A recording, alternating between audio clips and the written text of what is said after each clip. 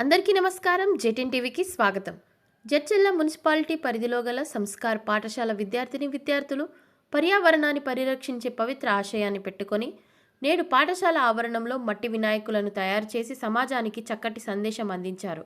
ఈ సందర్భంగా కొంతమంది విద్యార్థులు తమ యొక్క ఆలోచన విధానాలను పంచుతూ మట్టి వినాయకుని వల్ల కలిగే ప్రయోజనాలు, రంగురంగుల వినాయకుల వలన నీరులో కలుషితమై నీటిలో ఉన్న జీవరాశులు నశిస్తాయని, అదేవిధంగా ప్రకృతి వినాశనం అవుతుందని చక్కగా వివరించారు.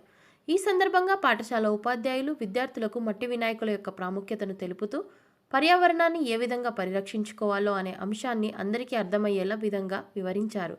కార్యక్రమంలో పాఠశాల ప్రధానోపాధ్యాయురాలు శిల్ప, పాఠశాల డైరెక్టర్లు రాధిక, సందీప్, తేజశ్రీ, ఉపాధ్యాయ బృందం కిరణ్మయ్, సంధ్య, కరుణ, పద్మావతి, కాంచన, ఆబేద, సానియా, నజ్మా, రజిత, శోభ, సౌజన్య, దివ్యతేజ తదితరులు పాల్గొన్నారు.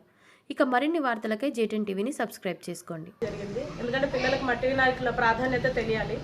జన పెద్ద పెద్ద వినాయకులను గల్లీలలో అంతా ప్రతిష్ఠిస్తుంటారు. అవన్నీ ప్లాస్టర్ ఆఫ్ ప్యారిస్తో తయారు చేసినవి. దీంట్లో మొత్తం కెమికల్స్ ఎక్కువగా వాడటం వల్ల అవి మళ్ళీ తీసుకుపోయి నీళ్ళల్లో కలిపినప్పుడు ఆ నీటిలో ఉండేటటువంటి అనేక జీవరాశులకు నష్టం జరుగుతుంది. అలాగే వాతావరణంలో కూడా బ్యాలెన్స్ అనేది తప్పుతుంది.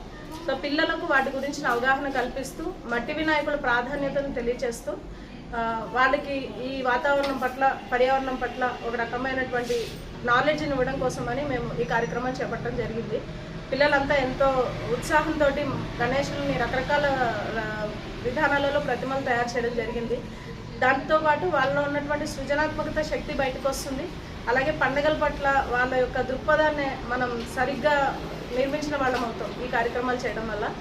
అలాగే మట్టితో చేయడం వల్ల, మట్టి ఎక్కువసార్లు పట్టుకోవడం వల్ల వాటిలో ఉండేటటువంటి కెమికల్ వాల్యూస్ వల్ల పిల్లల హెల్త్ బాగుంటుంది. అలాగే మట్టి వినాయకుల నీళ్ళలో కలిపిన తర్వాత అవి తొందరగా నీటిలో కరిగిపోవడం వల్ల నీళ్ళతో నివసించేటటువంటి జీవులకు ఎటువంటి నష్టం జరగకుండా పర్యావరణ సహితంగా ఉంటుందని చెప్పేసి ఉద్దేశంతో ఈరోజు మా పాఠశాలలో మట్టి వినాయకుల తయారీ జరిగింది. అందుకు అందరికీ ధన్యవాదాలు. జై గణేశ.